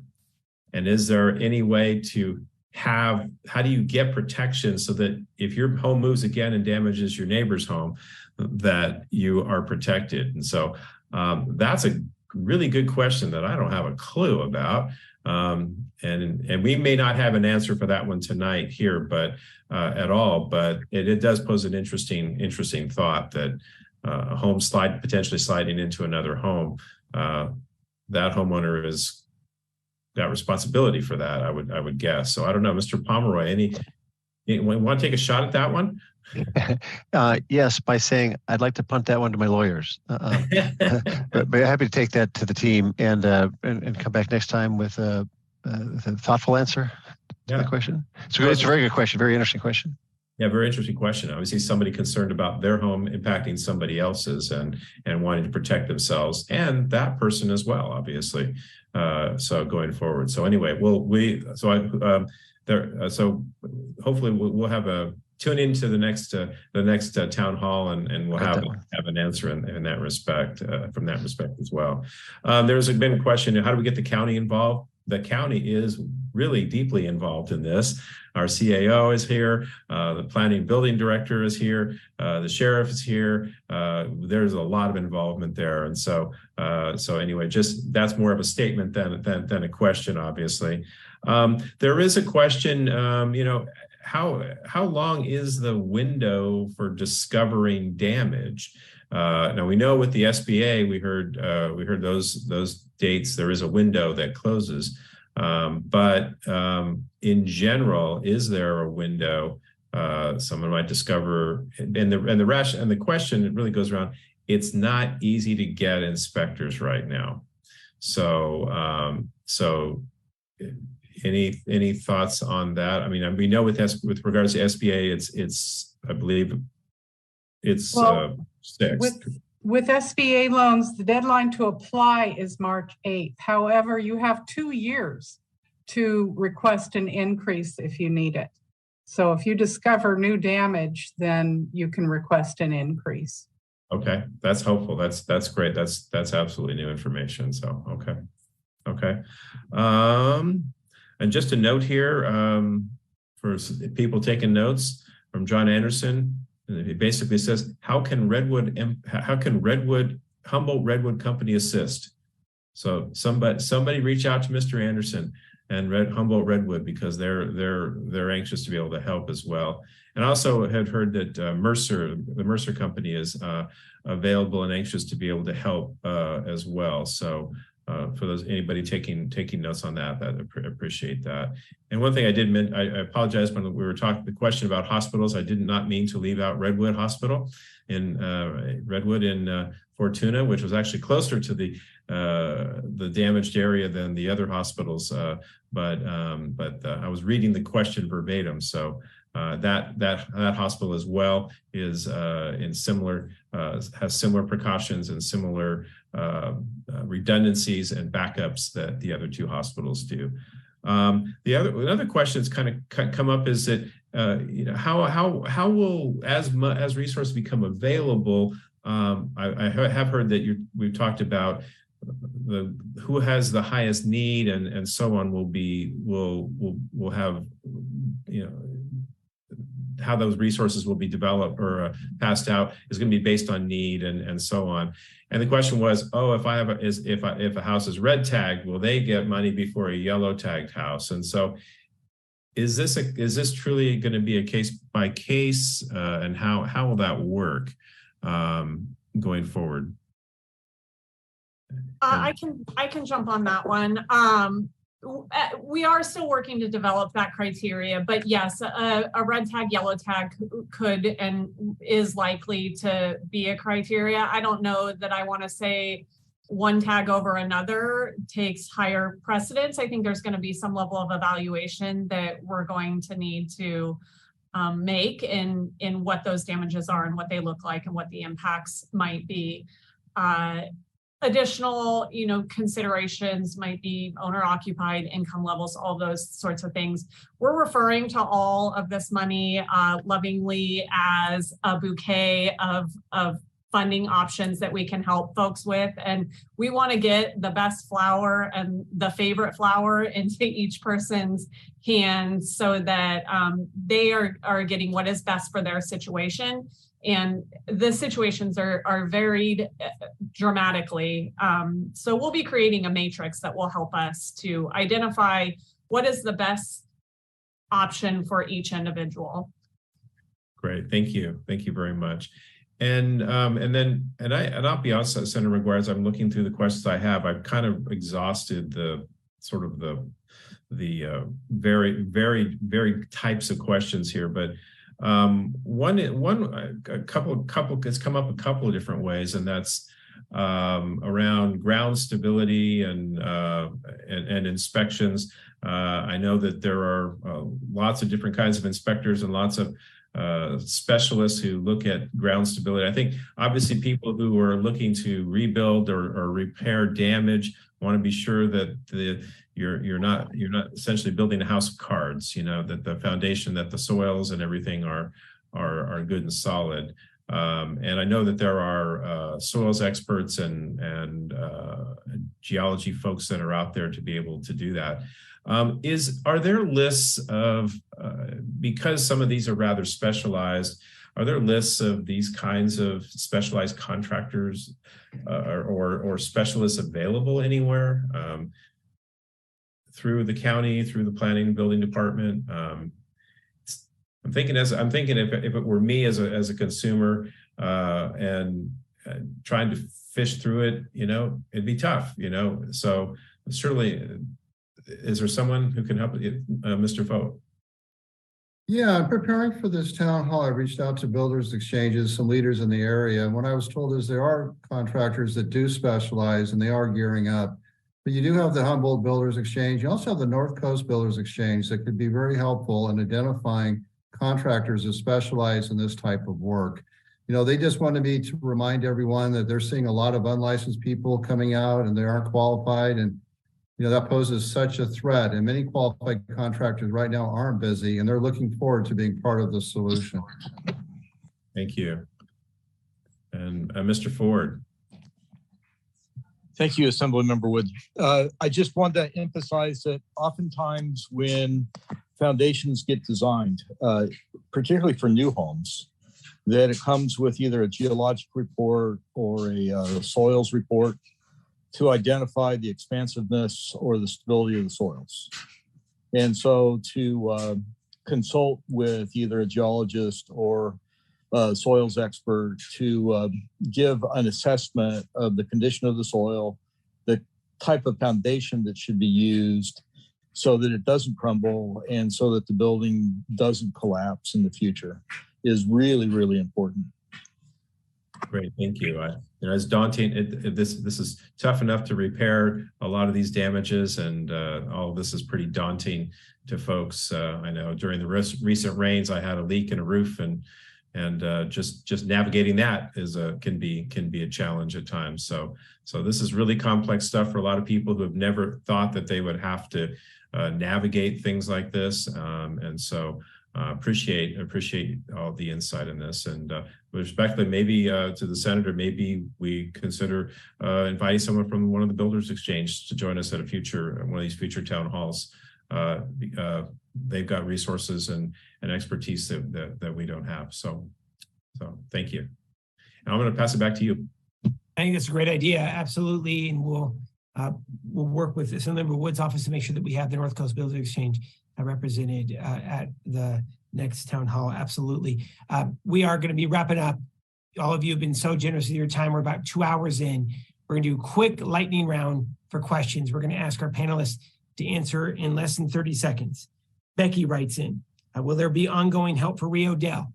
The bottom line, one word answer is yes. And we just announced over $12 million in state funds will be coming in to help rebuild and repair Rio Dell's water system. You will also be hearing details from the county administrative officer at our next town hall about ongoing long-term recovery funds available for folks to help rehab their home, rental assistance, assist with basic needs. Details will be released soon. I assure you, we are working with speed, and everyone on this call working multiple times a week to be able to get these programs propped up. I'm going to go to Sherman. Sherman asked if the executive officer, David, if you can please repeat the contractor website mentioned earlier.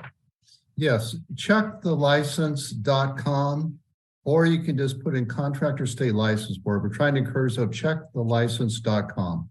Thank you so much. The executive officer of the State Contractor Licensing Board. Jim and SUNY write in. We're going to, not sure if they are incorporated or unincorporated, so we're going to have Mr. Ford, Mr. Knopp answer this. Are there going to be, so what happens to a multi-unit development? They have 6 units that are all rental. And I'm going to go actually first to Sheriff Hansel. Can they get temporary housing covered if they have to be able to temporarily displace their tenants? Sheriff Hansel, I assume that's a yes in the emergency housing program that you have propped up, please. Yes. Short answer, yes, yes, yes. And one more time, Sheriff, the phone number, please, for Jim and SUNY to call. 707-441-5000, 5000, 441-5000. Mr. Ford, any comments, any differences with permitting in regards to multi-unit versus single family? Just say that we will want to expedite those the same as we would single family. We want to get the units back online. 707-445-7236. The other thing I would like to say is that we do have home funds, and we're looking for multifamily projects. And if somebody has an apartment complex that really has some damage to it and they need some assistance, please do call the department at the same number, and we will work with them to get an application in for home funds to get those repairs done. Thank you so much, Mr. Ford. Mr. Knopp, any difference between multi-unit and single family in Rio Dell permitting?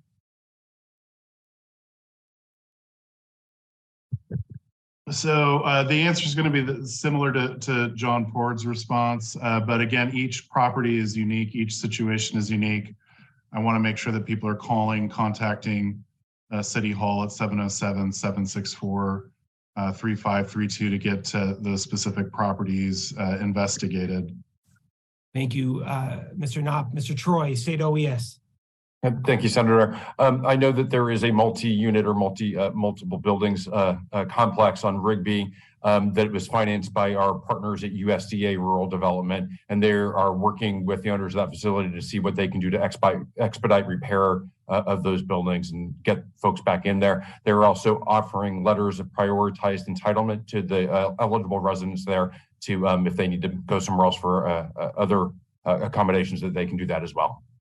Thank you so much. And the last question coming in tonight, we've had several about chimneys. Going to John Ford, Director of Planning and Building for the county. Do you have to get a permit to rebuild your chimney? Yes. All right. Thank you so much. Quick answer, Mr. Knopp, do you have to get a permit to rebuild your chimney in Rio Dell? Yes, and my understanding is we're waiving the permit requirement for demolition of the chimney. All right. So ladies and gentlemen, we want to say thank you. Thank you to our panelists who have joined us tonight for all of their work. There's a lot of work in front of us. And here's the bottom line. We're going to be with you every step of the way. The lights and cameras may have left. This is where we take action. We take action to make sure that those impacted by the earthquakes are taken care of, that we have our programs propped up, and that they are serving each and every one of you. So here's the next step. You have heard the CAO, you've heard the sheriff, you heard the assembly member, myself. We're going to be coming back to you in the next about 2 weeks with information on the long-term housing funds. We'll be very explicit who qualifies and what the requirements are. Are they low interest, no interest loans? Are they grants? We'll be able to describe those here at our next town hall. There is emergency housing available. You should, if you need housing and you were impacted by the earthquake, the sheriff has given out the number numerous times tonight. Please contact the County of Humboldt to be able to access emergency housing. That emergency housing will be in place for the weeks and the next few months to come. We want to be able to get folks back in. We want to make sure that you're taken care of the time being. I'm going to go to closing comments, and I'm going to start with Sheriff Hansel. Then I'm going to go to the CAO. I'm going to go to the city manager. Then I'm going to turn it over to Mr. Troy and Assemblymember Wood for closing comments. Sheriff Hansel, closing comments, please. Yep. Just real fast. Thank you guys, everyone here that's on this team. We're here to make sure that we can get as much help to the residents as possible. I just want to stress, not everyone is going to get everything they ask for or need in this. Okay. So I want to stress everyone to if you can get the SBA loan or apply for it, please do that. That is the best place to start here. If you're displaced in the house and need to have a house built or repairs done, apply for that SBA loan. And then if you need emergency housing, if you need some things that for social services aspect, 441-5000 is our number. We can assist you with that. But I really appreciate everyone. Looking forward to getting back to everyone in a couple weeks. Thank you so much, Sheriff. Madam CAO. Yeah, I would reiterate what the sheriff said. And I just want to close with thanking our Board of Supervisors, who I know would really love to have been here with us tonight, but aren't. I know each one of them is listening. They've been supporting all of us and giving us the motivation and the drive to continue to power through. And they've been out in the field. I don't know if Michelle Bushnell has slept since December 20th. So I really want to respect the commitment they've had to all this as well. Thank you, Madam CAO. Would like to be able to turn it over to the city manager. Well, thank you, Senator, for having this town hall. I think it's incredibly important. I want to thank Humboldt County OES and Cal OES for holding and the sheriff for holding the initial local assistance center in Rio Dell. I think that was incredibly valuable. Unfortunately, we don't meet this FEMA threshold, and we're going to have to get creative with a diverse set of solutions from a diverse set of funding sources. And as previously described, hopefully it'll be a bouquet of solutions. And as the sheriff said, there are limitations to what the funding is available to do, but we want to work with everybody to maximize those dollars and get them out to the community, get people rehoused here in Rio Dell, and do everything we can, push the envelope to help this community in its time of need. So I want to again thank all the participants on the call, not just the panelists, but those watching at home. Know that you are not alone, and this is a great team, and we're all here to help, and we're all here trying to move this ball forward and protect this community. So thank you. Thank you, Mr. City Manager. We're going to go to Mr. Troy, then we're going to go to Mr. Driscoll, and then we're going to end the night with Mr. Wood. Please, Mr. Troy. I'll keep it brief. I want to thank the county recovery team there and the leadership of the city for their warm and collaborative nature. we've immediately worked side by side in driving towards outcomes as quickly as possible. And thank you, Senator and Assemblymember Wood, for your leadership on this and for convening this group. This is just the beginning. We have a lot of work to do, and we're going to work together to get it done. Thank you, Mr. Troy. On behalf of Congressman Huffman, John Driscoll. Yeah, thank you, Senator. Yeah, just quickly, I want to reiterate just a deep thanks to, the local, county, state response, the people that have really made this monumental effort happen. And it's just a tremendous response. There's teams and teams of people represented here that are interested in getting Rio Dell and the county back on its feet and getting everybody whole here. So the congressman definitely is paying attention, and we are willing to help with whatever we can. Again, thank you, Senator, and thank you, Assemblymember Wood. Thank you so much, Mr. Driscoll, and to the congressman. Take it away, Assemblymember. Yes, and I think it's worth another thank you, especially to our first responders, who many of them didn't sleep for a long, long time. And it is truly amazing how quickly some of these services can get up and going again. The fact that you've got water, you've got power to all but 238 people in Humboldt County right now, or 238 customers, which is pretty remarkable considering the earthquakes, the wind, the rain, and everything else going with that. That number is as of about an hour ago. And that's pretty phenomenal. So our folks of PG&E out there trying to restore power and find creative ways to get power to people. Hats off to everybody who has been involved in this recovery, trying to make life get back as close to normal as quickly as possible to people. And thank you to Senator McGuire. It's always a pleasure working with you as a partner on the North Coast, and Congressman Huffman. I know we've got more work to do, and just thank you very much. It's an honor working with you. Assemblymember, grateful to work with you. Thank you, everyone, for tuning in. Thank you for hanging with us this entire time. We are going to be back with you in 2 weeks, if not sooner, with the details surrounding the long-term recovery program focused on housing, rehab for homeowners, rental assistance, and basic needs. We'll be outlining all of the requirements for those funds, and our goal is to make it as easy as possible to access and to invest to get you back into your home. We are grateful to our panelists as well for being with us.